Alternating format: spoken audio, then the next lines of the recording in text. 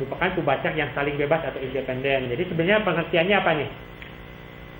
Proses stokastik disebut independent increment process. Kalau apa?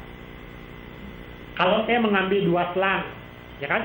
Saya ambil dua selang yang saling lepas, tidak beririsan ya. Kalau saya ambil dua selang yang tidak saling lepas atau yang tidak beririsan, maka apa? Nilai XB. Jadi di sini saya asumsikan B min A dengan D selang AB dan selang CD. Dia kan saling lepas kan ya? Kalau saya punya dua saling lepas, maka nilai XB min XA dan XD min XC-nya saling bebas. Ya.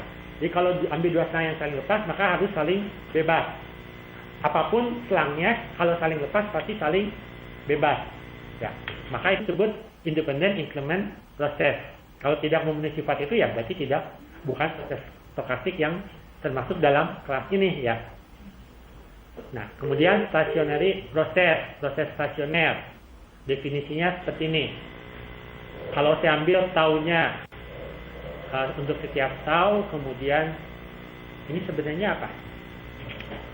Join fungsi distribusi gabungannya ya, betul nggak? Fungsi distribusi gabungannya di X di T. Kalau T-nya apa? Ditambah dengan tau ya, sama dengan fungsi distribusi gabungannya kalau tidak ditambah dengan tau. Jadi gimana nih sebenarnya pengertian sehari-hari ini? Pakai bahasa sehari-harinya. Yang gampang sih ngambil bayangkannya ini nih. Oh ya, disebut stationary process jika seluruh sifat statistik tidak berubah terhadap waktu. Jadi kalau misalkan di T sama dengan 1 distribusinya seperti itu, maka di T1 tambah tau, maka distribusinya akan bagaimana? Sifat-sifat statistiknya tidak akan berubah. Jadi min-nya tidak berubah, variasinya tidak berubah, dan seterusnya ya. Bisa dibayangkan tidak? Jadi misalkan nih, ada T1, titik T sama dengan T1. Satu lagi T1 tambah tau. Ya kan? Di T sama dengan T1, saya bisa cari kan min, variasi, Q-ness, dan sebagainya. Betul nggak? Terus nanti di T1 plus tau, saya juga kan bisa punya kan distribusinya kan. Min-nya bisa cari, variasinya bisa cari, betul tidak? Nah, kalau dia stationary process, termasuk stationary process, berarti minnya itu tidak akan berubah sama. Ya, walaupun digeser, atas digeser semua ya. Terus apa lagi? Variasinya juga sama dan seterusnya. Jadi kalau belajar lebih lanjut nanti akan dibedakan sih stationary processnya ada beberapa jenis. Tapi kira-kira seperti itu. Jadi misalkan saya ambil ini, proses stokastik yang berbentuk deret waktu yang bersifat musiman merupakan contoh proses non stasioner. Kalau musiman kan jadi gimana?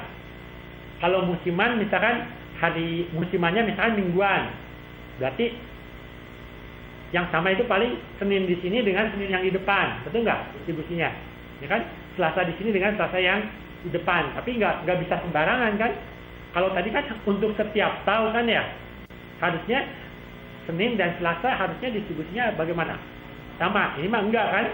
Kalau musiman kan berarti Senin hanya sama dengan Senin, musimannya mingguan misalkan ya, Selasa dengan Selasa dan seterusnya. Maka dia tidak termasuk dalam proses stasioner. Ya. Proses stokastik yang merupakan barisan pembacak yang IID. IID itu apa? Independen dan memiliki distribusi yang sama ya, identical distribution ya, identically distribution. Merupakan proses stasioner, ya kan? Kalau IID kan berarti sama semua kan ya, di T1, di T2, di T3 ya, maka dia termasuk proses stasioner. Nah, jadi tadi lupa nih, independent increment process, contohnya proses Wiener, nanti yang kita pelajari kan proses Wiener ya, dia adalah contoh proses yang independent increment process. Kalau stationary process bagaimana nih? Kalau yang sudah belajar matematika keuangan bisa tahu. Kalau gerak GBM gitu apa? Stasioner tidak?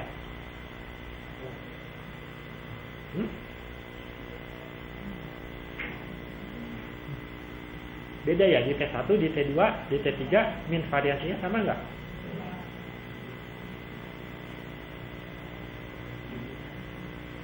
Nah, ini coba dipikirkan.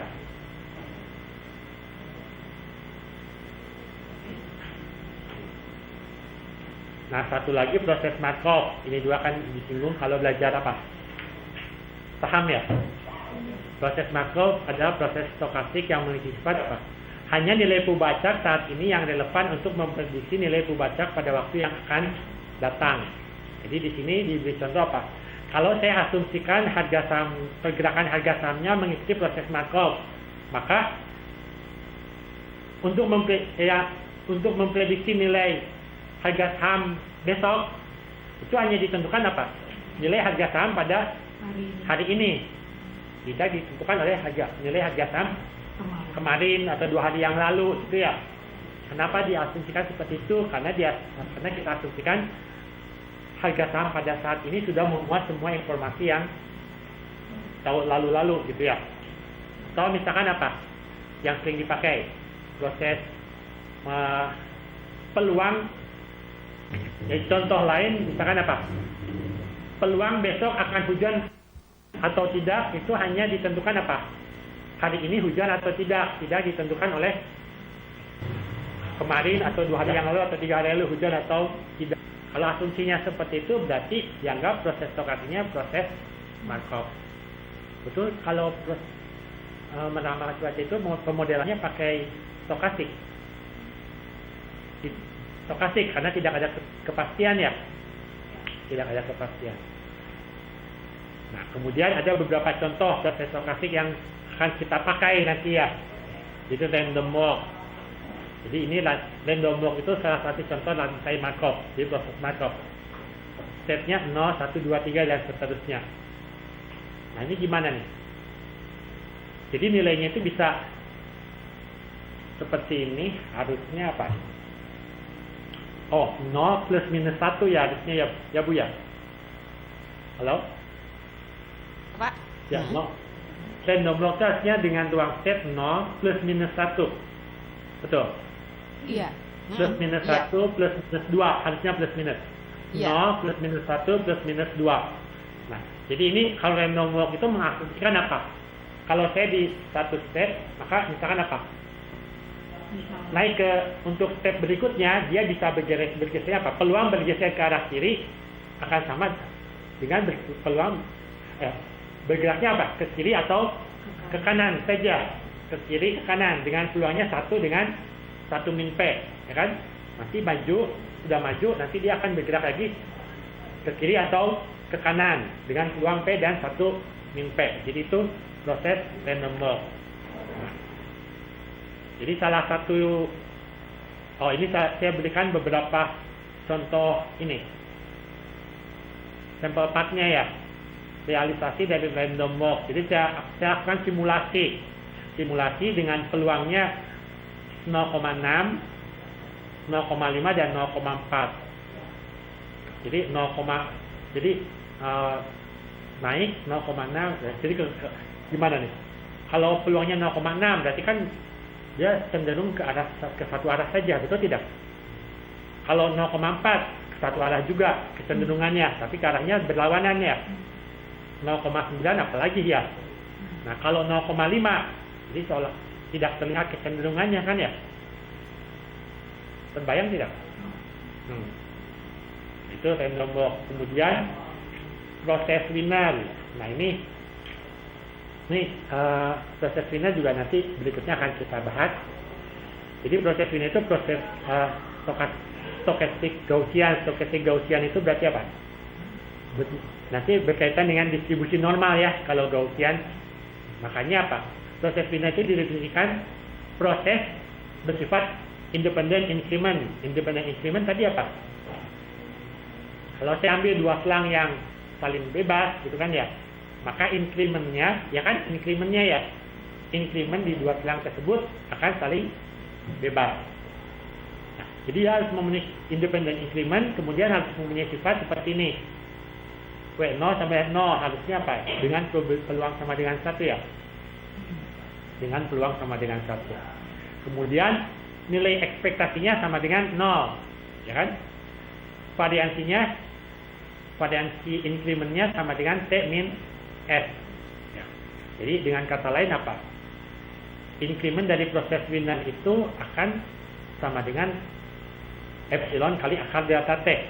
Ya, artinya minnya sama dengan 0, min incrementnya betul tidak? Karena kalau ini epsilonnya kan ubacak normal baku, berarti minnya 0 kan ya? Minnya 0, variasinya 1, berarti min dari sini berapa? 0 kan? Variasinya dt betul tidak? Karena variasi dari E berapa? 1. Akar dt-nya kan dikuadratkan ya? Dt. Jadi variasinya dt. Nah, ini salah satu contoh realisasi dari proses winner. Nah, ini ada daftar pustaka. Ini John Hull-nya sudah tua, jadi sebenarnya ada yang paling baru ya, edisi 7. Kalau di modul saya jelaskan lebih lengkap. Kemudian ada pertanyaan tidak?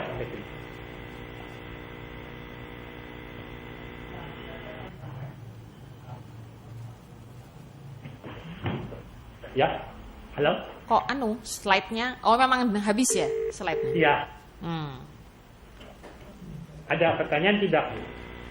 Dari matematik bagaimana? Apa ada pertanyaan? Kalau ada pertanyaan tolong angkat tangannya. Saya bisa lihat, Pak Ferry di sana juga bisa lihat.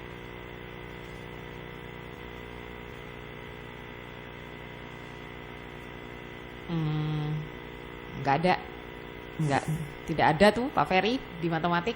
Entah sudah mengerti apa bingung. Mungkin di Unpar sendiri. Mic-nya tolong Pak, dinyalakan Pak mic-nya. Ya. Ya. Ini sebagian besar pernah diajar statistik sama saya, Bu. Oh, begitu. Ya. Kalau di matematik bagaimana ini? Itu diem-diem ngerti apa bingung itu? Itu ada kan udah ada apa namanya? Mic-nya. Bagaimana? Ada masalah itu di matematik?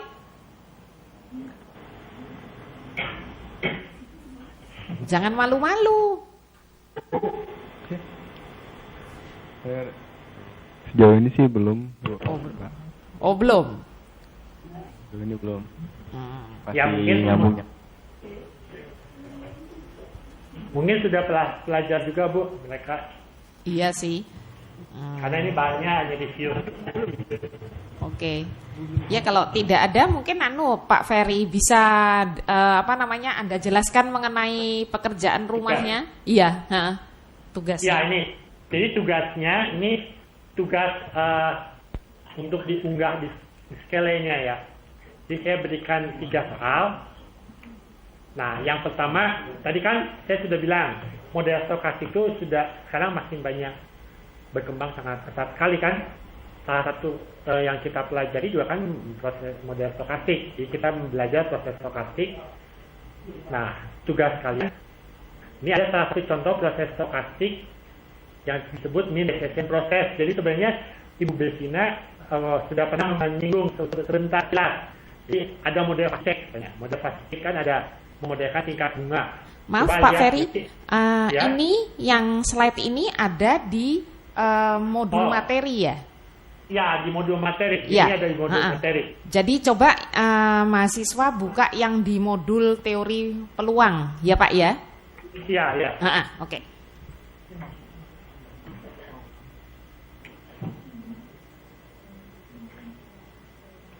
Jadi di bagian bawah dari modul teori peluang.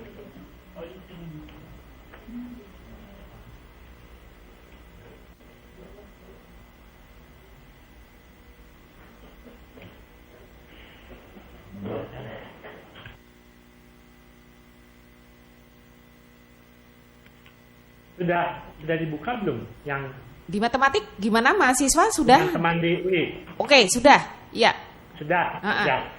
Jadi yang nomor 1 ya ini diharapkan kalian bisa dengan mencari literatur di internet tentang mean descent proses Ini salah satu contohnya model contoh mean definition process itu model Vasicek ya, yang waktu itu disinggung oleh Ibu Bevina sekilas. Nah, coba dari hasil penulisan literatur diharapkan kalian sudah punya bayangan, sekilas, tidak harus mengerti sampai mendetil ya, apa sih yang disebut mean definition process. Nah, tapi yang saya minta ya kalian cari sedikitnya satu link yang berkaitan dengan model mean definition process. Tapi yang diunggah sih hanya linknya saja. Tapi diharapkan bukan cuma itu. Jadi belajar sekilas kira-kira mean definition process itu apa. Jadi mencoba belajar mandiri kan ya. Apakah maksudnya itu mencari contoh lain selain Vasicek juga, Pak? Tidak sih. Hanya kalau yang saya minta kan hanya linknya saja. Tapi harapan saya, walaupun tidak saya minta, kalau kalian sudah punya linknya, kan bukan cuma linknya sudah kasih, ya baca sekilas, mean definition process itu seperti apa. Jadi nanti kalian bisa diskusikan, ya kan? Yang diminta hanya linknya, tapi diharapkan lebih dari itu ya, bisa memahami hanya garis besarnya saja, proses apa sih mean definition itu, bukan sampai mendetil.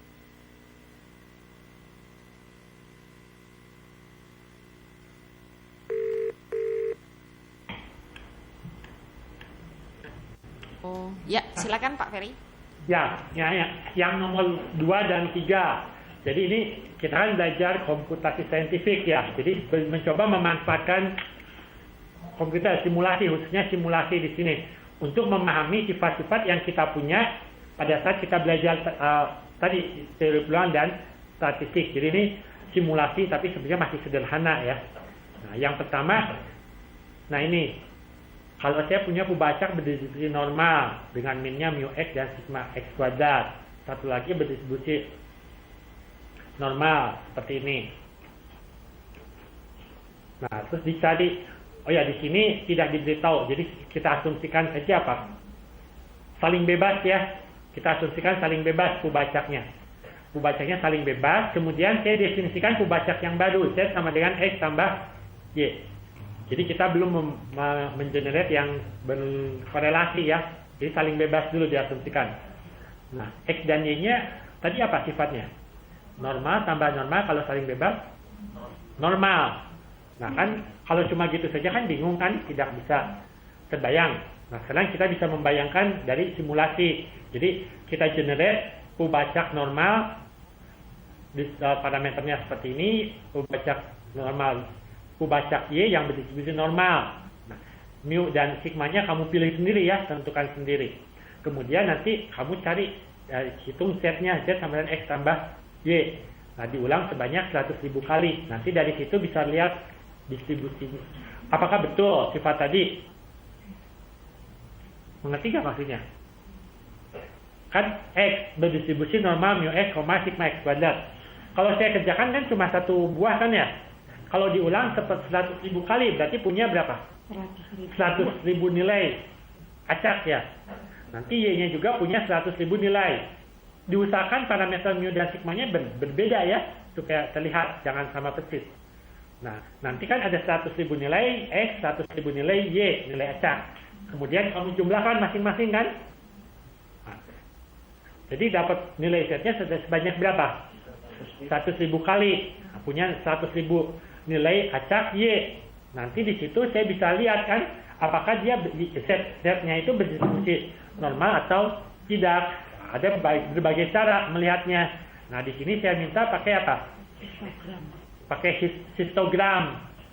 Tapi kalau histfit berarti sudah dicek kenormalannya kan ya. Nah, jadi kalau belum mengerti coba buka apa di MATLAB-nya kan ada help-nya kan? Nah, help-nya lihat. Jadi dengan menggambar histogram pakai histfit kan normalnya kelihatan kan? Nanti bisa dilihat normal atau tidak. Kemudian salah satu cara lainnya apa? Z min mu per sigma harusnya berdistribusi apa? Normal baku. Normal 01 ya, normal baku. Nah, nanti di situ pakai QQ plot. Dengan QQ plot juga bisa dicek kan? Betul tidak? Kalau cocok tidak kalau saya modelkan Z min mu X per sigma X-nya berdistribusi normal baku, ya kan? Nanti bisa terlihat.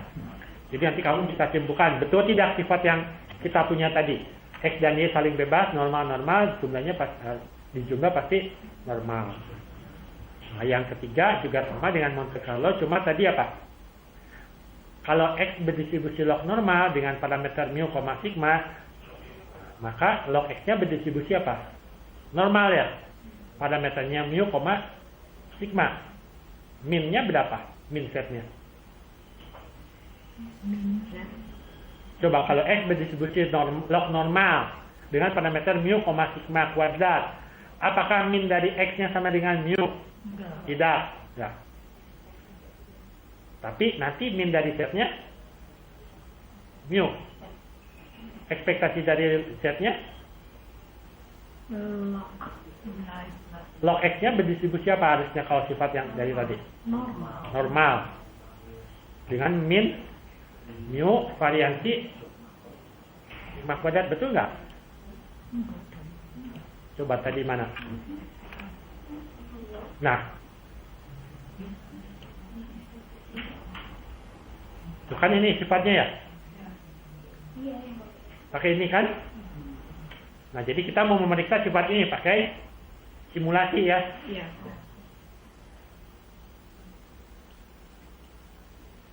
Jadi bagikan pembacak X, kemudian cari log normalnya, dan seterusnya. Caranya sama. Kemudian kamu simpulkan buat kesimpulan.